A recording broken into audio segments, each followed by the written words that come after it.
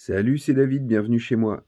Aujourd'hui, je voulais faire une petite vidéo coup de gueule, mais non dénuée d'un certain sens de la réflexion, puisque ce que je vais vous raconter traduit bien la dérive de notre société. Enfin, une partie de la dérive, c'est pas, ça ne traduit pas la totalité de la dérive.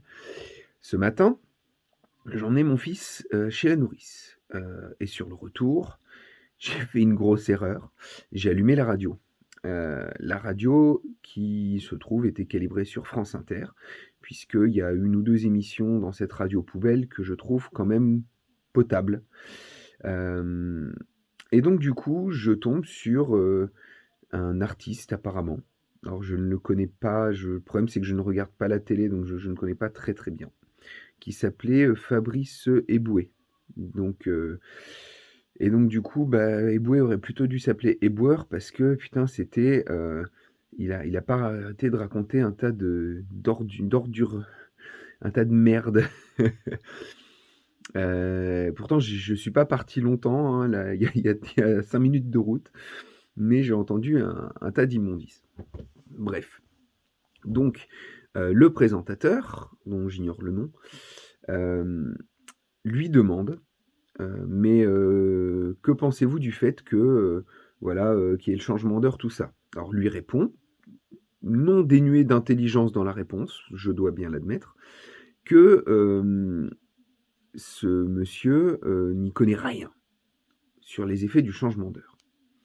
OK, moi non plus, donc ça tombe bien, je donne pas mon avis et il dit de manière toujours très judicieuse que, voilà, le fait de donner son avis n'apporte rien puisqu'il n'y connaît rien, qu'il faut demander aux gens qui ont un avis éclairé, qui s'y connaissent.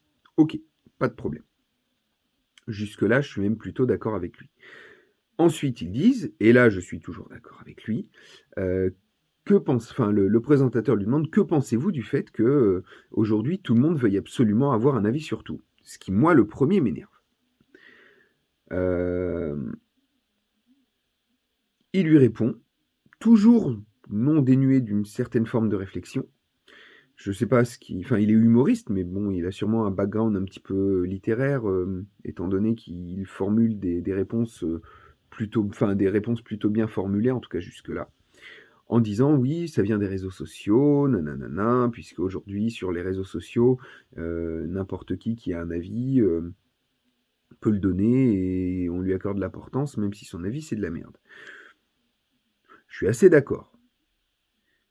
À la rigueur, peut-être avec une petite critique, c'est que ça soit sur la première réflexion, sur le fait que tout le monde a un avis ou quoi, hem, j'ai constaté que certains avis valent mieux que d'autres.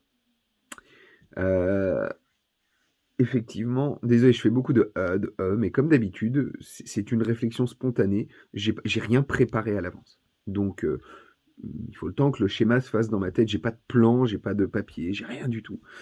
Bref, et donc du coup, les avis des gens, heu, certes, même s'ils ne sont pas, tous très intelligents, moi je considère que tout le monde a le droit de donner son avis. Même si, vous voyez, il y a beaucoup d'avis débiles, hein, clairement, À un moment, j'ai constaté, comme je le disais, que certains avis valaient mieux que d'autres et que quelqu'un qu'on considère comme, facho ou qu'on considère comme, de droite ou d'extrême droite, beh, son avis, c'est automatiquement de la merde auprès de ce genre de radio. Mais c'est pas pour ça que ça m'a énervé et c'est pas là-dessus que je vais baser toute ma réflexion. Non, ce qui m'a vraiment énervé, c'est qu'après le présentateur lui a demandé: «Mais d'où pensez-vous que,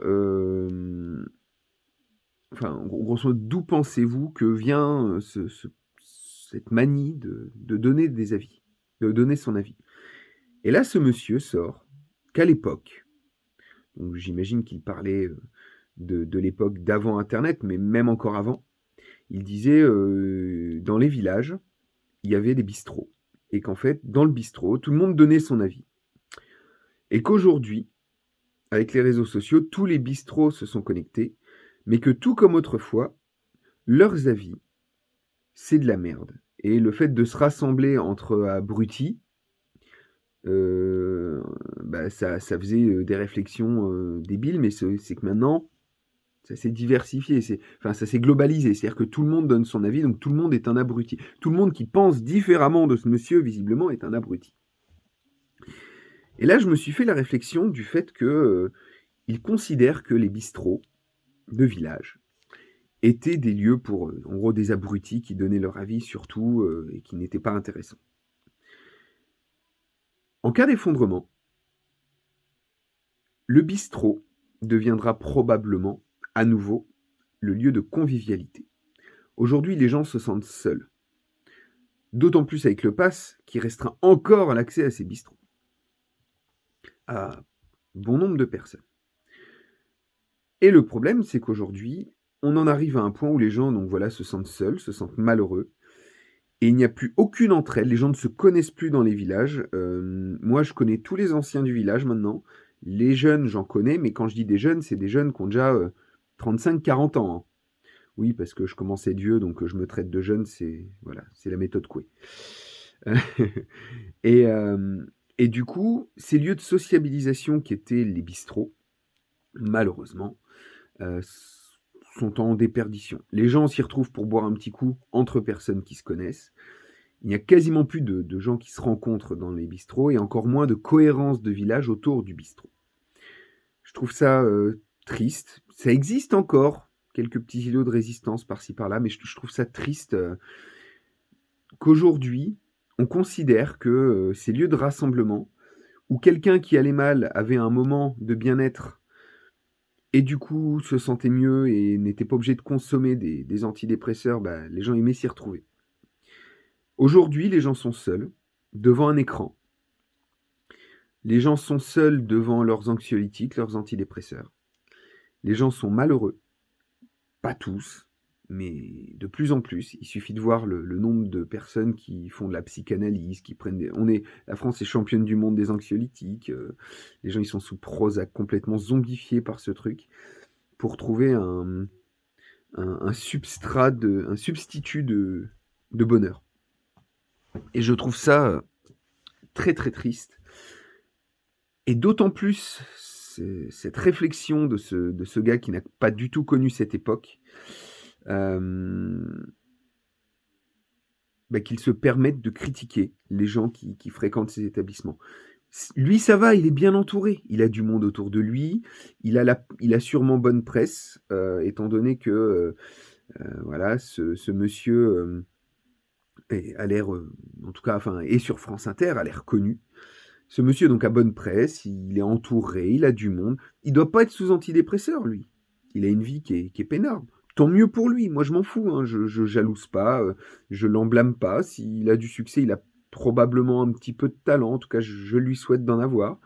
Vous me direz aujourd'hui, dans la société aujourd'hui, il n'y a pas besoin d'avoir du talent pour passer à la radio. Hein. Ça se saurait. Hein. Frédéric Fromet, si tu m'entends. Et du coup, d'entendre ce genre de personnes cracher sur un des socles de la France, qui a fait la cohérence dans les territoires, qui a créé une réelle cohérence dans les villages, et même dans les villes. Hein, le bar était un lieu de rassemblement. Maintenant, les gens se retrouvent entre gens qui se connaissent et se rencontrent ensuite sur des applications de rencontres. C'est absolument scandaleux de juger une partie comme ça de la population, quand soi-même on n'a rien accompli à part des petits calembours, etc. Les bistrots ont créé de la cohérence. Ce genre de personnes crée de la discorde entre les gens. Du coup, voilà, c'était un moment qui m'a bien gonflé. Moi, j'appelle les gens à être en cohérence les uns avec les autres grâce à ce genre de lieu. Dans mon camping, j'essaye de créer de la cohérence, notamment via des petites rencontres entre abonnés d'une autre chaîne où je suis en contact avec le gérant de la chaîne. Et j'invite également, comme toujours, ceux que je connais à venir partager, enfin ceux de ma chaîne, je veux dire, à venir partager un moment convivial tous ensemble. Le prochain, c'est le 6-7 novembre. Voilà, pour ceux que ça intéresse de venir passer un petit week-end, souffler un petit peu, déconner, rencontrer du monde, retrouver l'esprit de bistrot entre personnes, qui ont un avis sur tout et qui sont des abrutis, hein. Retrouvons-nous entre abrutis, heu et surtout ne cautionnez pas ce genre de paroles de débiles. Certes, il y a des gens qui donnent des fois des avis absolument, débiles, mais c'est pas le principe de la démocratie où, les gens sont libres, notamment, libres dans leurs paroles.